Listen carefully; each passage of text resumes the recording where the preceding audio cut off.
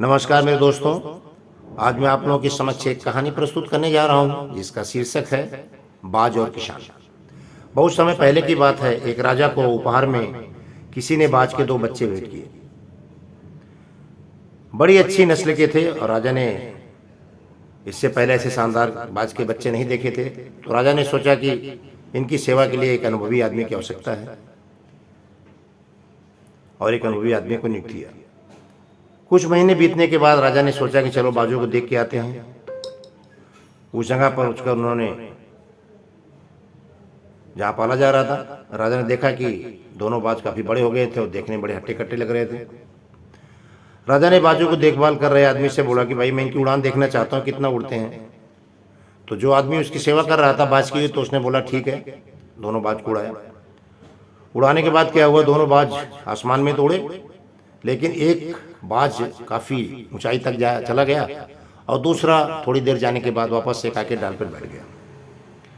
तो राजा को बड़ा अजीब लगा कि भाई ऐसा क्यों हुआ। तो राजा ने कहा कि ऐसे क्यों। तो उसने कहा कि महाराज, ये बाज ये पेड़ की डाल है, इससे ज्यादा इसको प्रेम है, यहीं पे आके बैठ जाता है।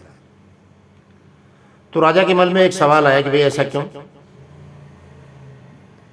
तो राजा ने क्या किया कि राजा को दोनों बाज तो प्रिय थे, लेकिन वो चाहते थे कि दोनों आसमान में अच्छी उड़ान उड़े। फिर एक दिन क्या हुआ, राजा के दिमाग में आया कि कैसे व्यवस्था की है। तो उन्होंने अपने राज्य में घोषणा किया कि जो व्यक्ति इस बाज को आसमान में उड़ाने में कामयाब हो जाएगा उसको ढेर सारे इनाम दिए जाएंगे। ढेर सारे विद्वान आए, लेकिन वही ढाक के 2 पात, वो बाज ऊपर जाए फिर थोड़ी देर के बाद आके डाल पर बैठ जाए। लास्ट में एक किसान आया,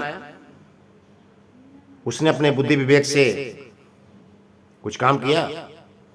उसके बाद दूसरा भी जो बाज उसी के बराबर उड़ने लगा। फिर किसी ने कहा कि महाराज अब चल के देखा जाए। तो राजा जी आए और देखा तो वो बाज भी दूसरे बाज के बराबर उड़ रहा था। तो राजा जी खुश हो गए और किसान को ढेर सारी मुद्राएं दी और पूछा कि आप इसका राज बताओ, आपने क्या किया। तो किसान ने कहा, मालिक मैं तो एक साधारण इंसान हूं, किसान हूं, ज्ञान की ज्यादा बातें तो मैं नहीं जानता, लेकिन मैंने क्या किया, जिस डाल पर वो बाज बैठता था मैंने उस पेड़ को ही काट डाला। अब वो डाल नहीं रही, वो पेड़ नहीं रहा, इसलिए अपने साथी के साथ ऊपर उड़ने लगा। राजा को अच्छा लगा, ढेर सारी सरपियां और जो मुद्राएं थी दी और राजा खुश हो गए। दोस्तों, हम सभी ऊंचा उड़ने के लिए ही बने, लेकिन कई बार हम लोग जो कर रहे होते हैं उसके इतने आदी हो जाते हैं कि अपनी ऊंची उड़ान भरने की, कुछ बड़ा करने की काबिलियत को भूल जाते हैं। यदि आप भी सालों से किसी ऐसे काम में लगे हैं जो आपके सही पोटेंशियल, जो आपका विश्वास है उसके मुताबिक नहीं हो रहा है, तो एक बार जरूर सोचिएगा कि कहीं आपको भी उस डाल को काटने की जरूरत तो नहीं है जिस पर वो बाज बैठता था। धन्यवाद।